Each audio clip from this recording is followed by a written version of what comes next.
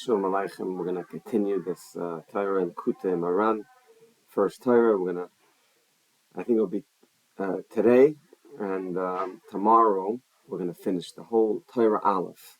Maybe we'll do afterwards another class to just do the whole Torah in one shot. Now that I know how long it takes, just want to put this out there. Rabbi Nachman's Torah is, in my opinion, it's the most important sefer for today's days.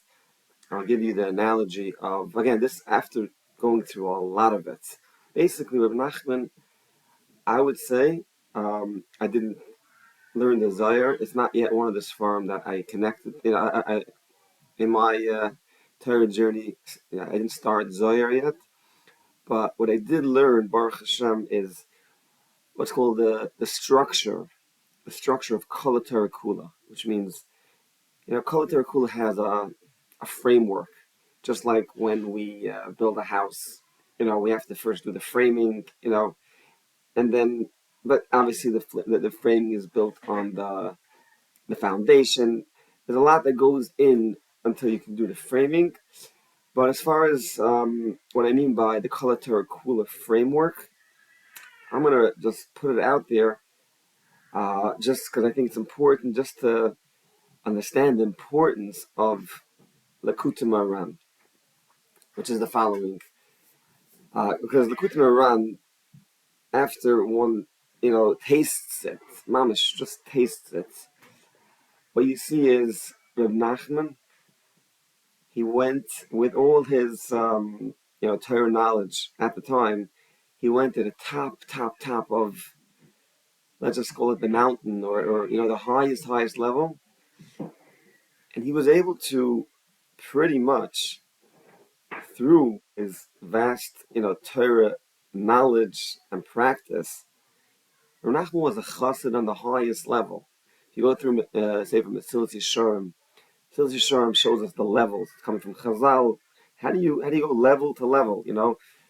Torah brings you to what's called Zahiris, that brings you to a level of Zerizis. The key is precious. They get to what's called a chassid. Chassid is a very high level.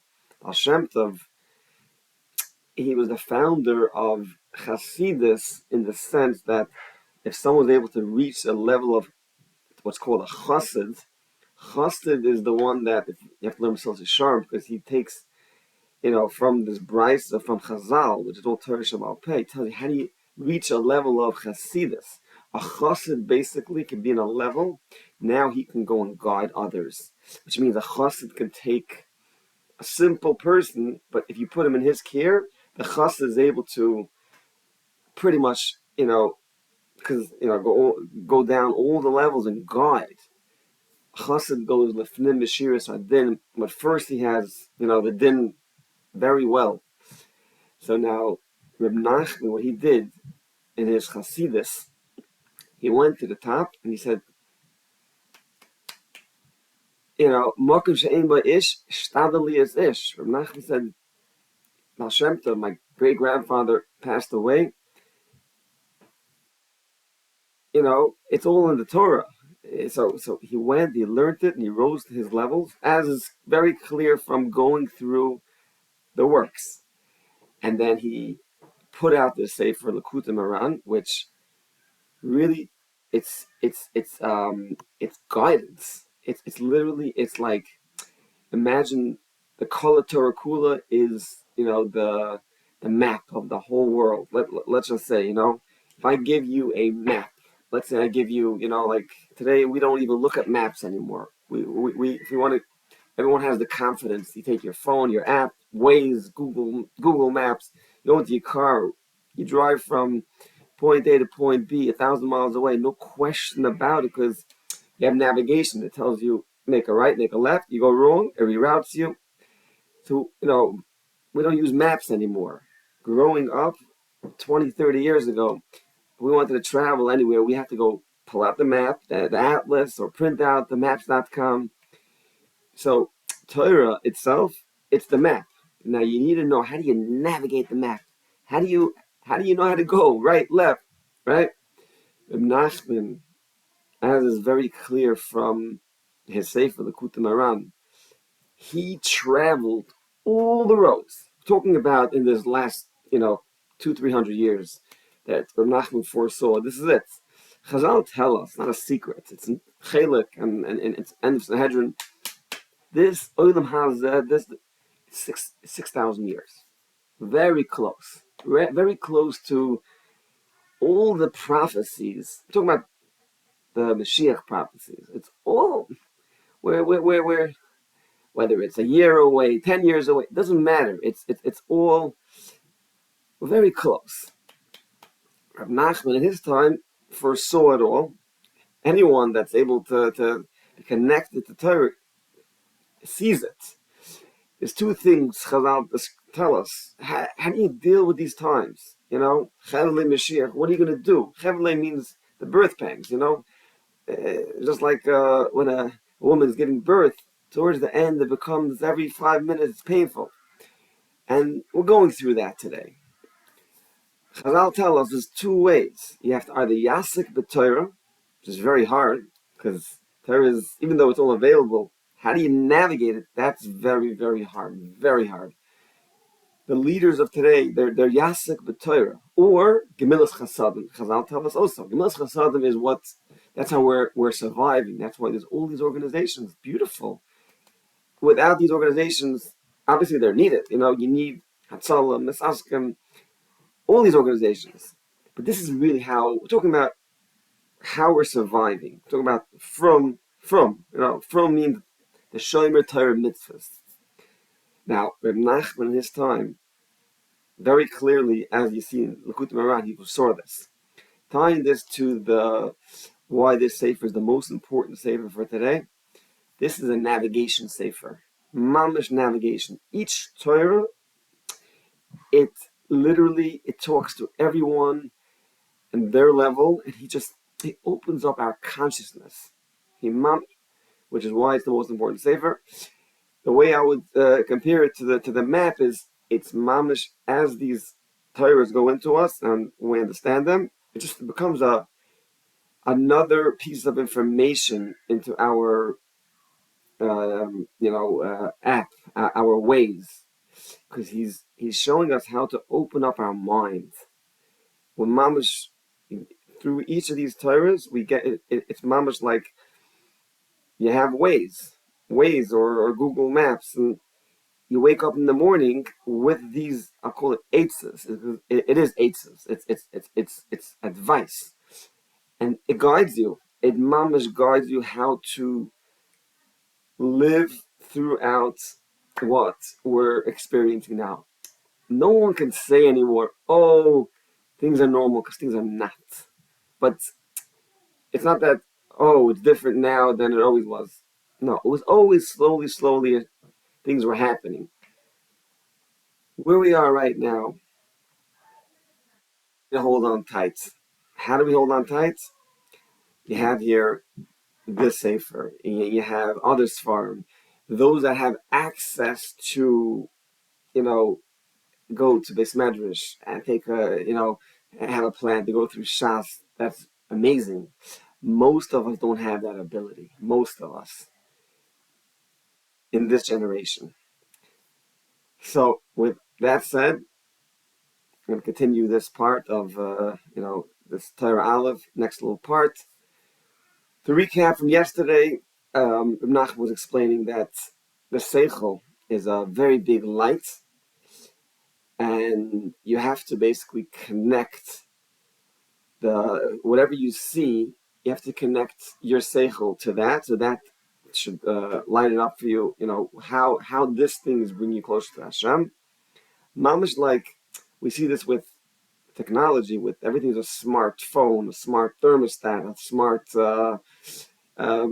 everything's smart because there's just technology and everything gets connected. There's always this, invisible type of connection. We don't see it, but it's Wi-Fi, it's Bluetooth, today we can, there are cell phones that you can charge wirelessly. It's what's in technology. What they're doing is they're taking stuff that Hashem created, and they learned how to harness it, and that's how they're connecting to everything. But really, it's all just programmed. the being that knows how to use all this is us. It's the Tzelem Elokim. Now, Nachman is just waking us up to that you have a neshama inside you and you have a seichel that's allowing you. See, the neshama knows everything. Neshama, it's a Gemara in Brachas. It says the neshama, he sees everything. Mamash. Our soul, the chelik elakam imal, which means a part of Hashem from above, that in Parshas Bereshis, Hashem blew into us. Mamash, we have a piece of Hashem, right? That it sees it all. Now, the way that gets accessed is through Torah. Now, there's hidden Torah, and then there's the revealed Torah, which is what we have. And when I say hidden, I mean that there is Torah that existed before Matan Torah. Real Torah. It's just that it wasn't yet given. That hidden Torah never went away. It's still here. When science taps into, how Wi-Fi, these waves and Bluetooth, this is all. It's just that it was always here.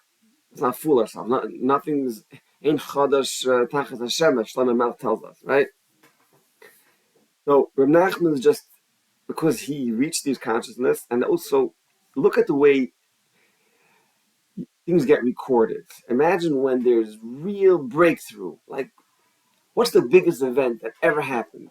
Ever happens? We know the biggest event is Matan Torah. No greater event than when we were 600,000. 600,000. That's what it says in the Chumash. Men over 20, under 60. We had wives, 1.2 million minimum. Children. It was a conservative 2.5 million people.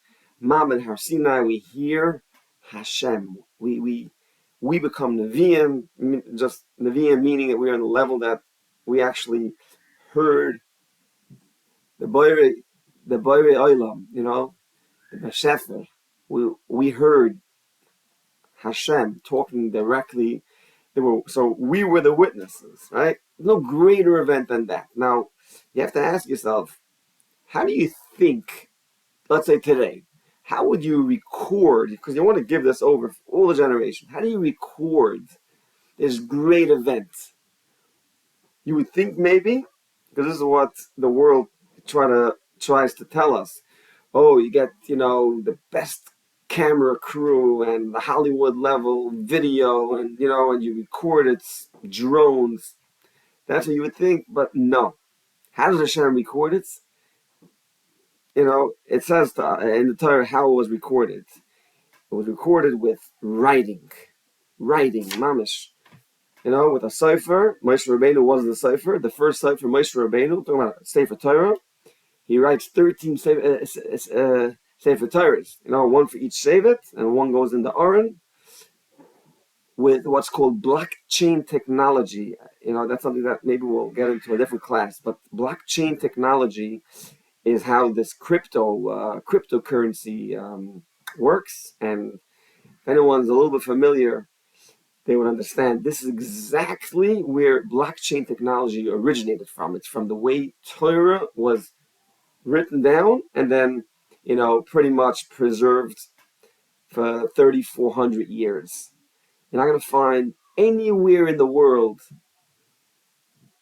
a Sefer Torah that has any differences. All the same, except there's the Yemenite Sefer Torah that is basically the same. I think there's a couple of words that it's just about the pronunciations, but it's literally blockchain technology passed down generation.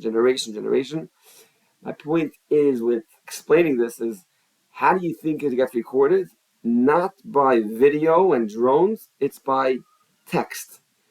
Now, the text is a very loud text. It's not just a very, you read it, you can't translate this and then say, here's Torah. This is a loud text. You have to be able to reconstruct it. You have to learn the Lashon HaKodesh. This is what, our Masorah is, Ben Chomesh LeMikra. We're supposed to spend 5 years, Mikra, little kids, 5 years of just, a a malamed, tanoikus, to know how to just get the kid to know the whole mikra. This is Shulchan Aruch, Yeridea, Reish Mem Hey, Hilchas Malamdim, it's sourced in the Rambam, but it's sourced in the Gemara Kedushin. It's sourced in Chazal, how to give over the Messiah. Okay? We have a Messiah how to reconstruct our emunah. Not just, believe. We start off with believing because when we're born, we just have to believe. Our parents tell us, right away we have Shabbos.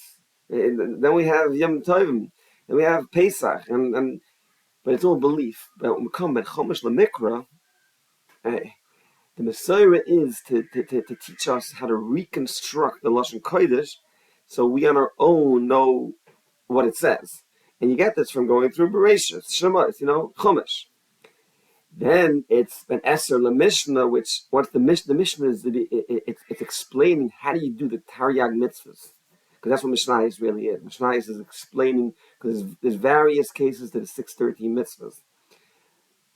Okay, we're going to stop here because I see that I didn't even get the chance to go into the piece that I want to continue from yesterday, but let me do a quick recap. We're going to do a small piece from this Torah, and then tomorrow we're going to finish the whole Torah. So the recap is Rav Nachman explaining that you have to be able to bind our seichel to whatever we see, and when we don't want to do that, that's the aspect of Esav. Esav says, no, I don't want that. He says, just give me, what I see in front of me. He doesn't want to go and think behind what things are. And that's the aspect of the Yetzer Tov, Yetzer Hara. Yetzer Tov comes across as the needy, but he's a chacham, but he's very needy, because he says, no, don't settle for what you see in front of you. Don't overeat, because then, it won't feel good. He tells you, why you're eating. You're eating so you should have strength to serve Hashem. Again, Reb Nachman, as you'll see, doesn't want to take anything away from us. He just wants us to just be awake. Hashem's about to perform what it says in the Navi is going to happen. Achrus hayamim. Reb Nachman is saying, I want you to have a good seat, first class. He's not telling you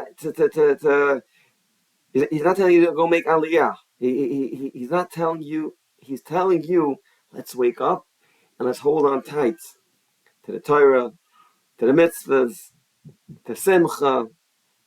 Okay, and so, and he was explaining there's malchus the kedusha, and then there's malchus sitra achra, and you need chaim.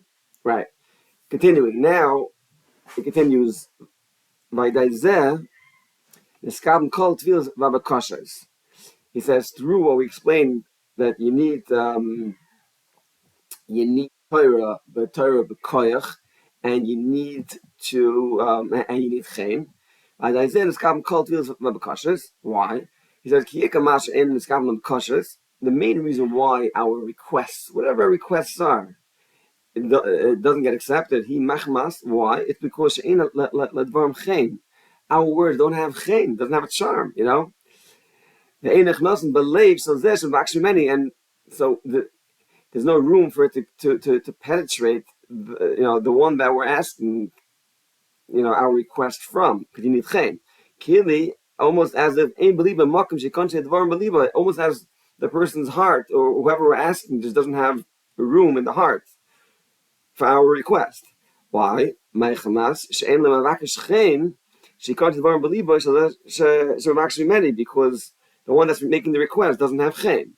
What we learned earlier, Torah, through us studying Torah,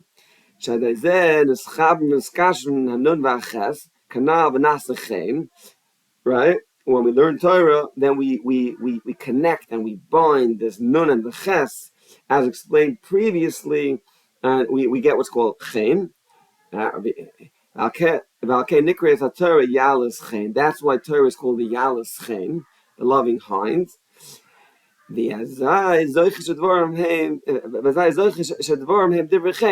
now, after we study Torah, Now our requests become words that have chen in it.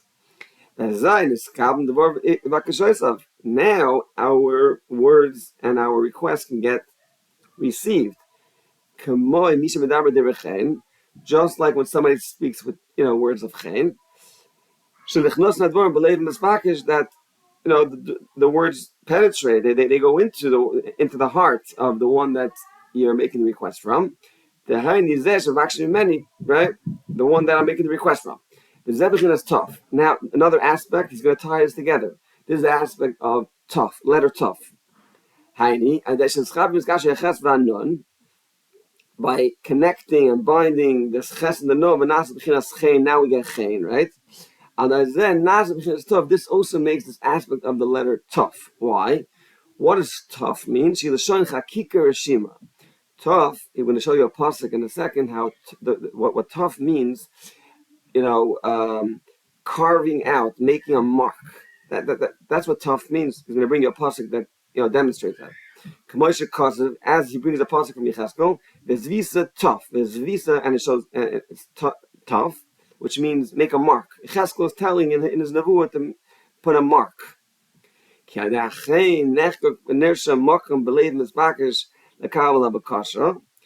Because now that you have chen, you have the ability to make a mark and carve out a place in the heart of the one that you're making the request from. Because when you have chen, your words get received. Nemtza comes out. This aspect of chen, it carves out and it a place in the heart of the person of the one that you're making the request from. Right? So now you made room so that your words should have where to go. And now your request can be received. And this carving out is this aspect as we explained. The Zehu is going to tie in a beautiful pasuk from Kehelis, which is the following. Right? Words from somebody, chachamim, when it's benachas, when it's spoken nachas, gently and, nishmoim, it can be heard. Nachas daika, he says, nun chas tov daika, specifically. Why? In the word nunchas, in the word nachas, you have the aspect of chen, hanal, vehatov hanal, and you also have the tov, which means it makes the mark. It carves out the place. That's how you get oisias nachas. You get from nachas, you get chen and the tov. And then your words can be heard, and then it can also get accepted. We're going to stop over here. We're going to continue Met Shem tomorrow. We're going to finish this whole Torah. All the best.